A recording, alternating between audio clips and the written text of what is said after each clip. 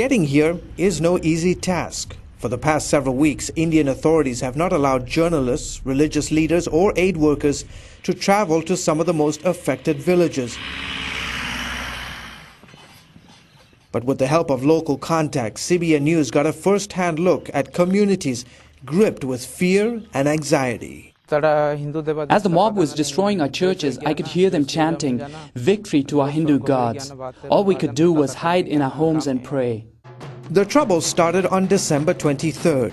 Christians in a village some 800 miles southeast of New Delhi were preparing for a special Christmas service. According to church leaders, Hindu radicals were opposed to the event and began attacking Christian homes and churches. Hindu hardliners insist the fighting started only after Christians tried to attack a prominent Hindu leader in the area. More than 700 homes were destroyed in 3 days of fighting. People have lost everything, almost all. 4 people lost their lives. I saw my grandfather burned to death right in front of my eyes, and I could do nothing to save his life. And across the Kandhamal district, church after church became targets for the raging mob. When you see all this, how they've destroyed your church. Sundar Sandigal stands in what's left of his small village church. They warned us not to spread the love of God and not to tell others about Jesus. Just one of the close to 100 churches that were destroyed in the attacks that began back on December 23rd. You know, as we've spent time here talking to the residents of the Kandhamal district, they all say that in due course, these churches will all be rebuilt.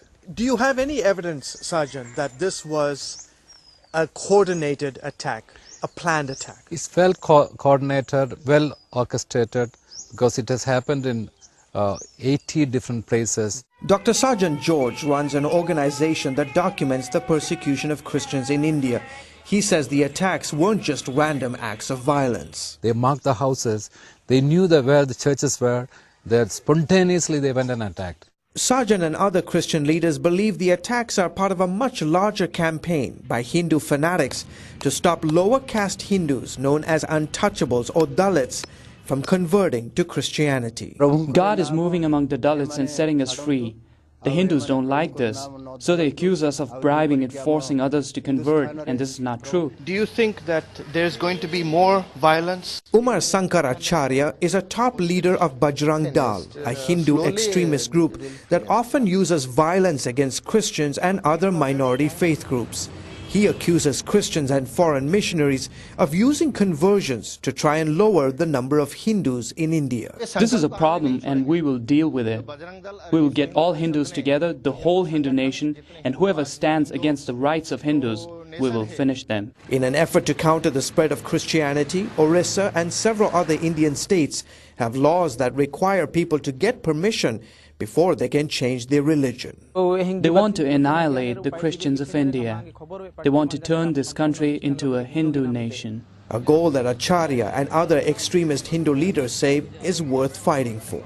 Every time you read the pages of history, you see that Hindus have fought for this nation and for their religious rights.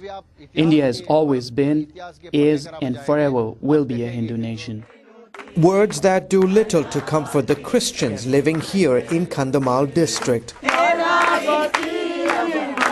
On a recent Tuesday morning, a group of Christian villagers stood in the ruins of their church and sang of their commitment to the faith and a determination to pray for those who've carried out these acts of terror. I'm praying that through this devastation, people will experience the love of Jesus. And the bottom line is that if we live, we'll live for Christ. If we die, we'll die for Christ. Whatever happens, we'll worship the Lord.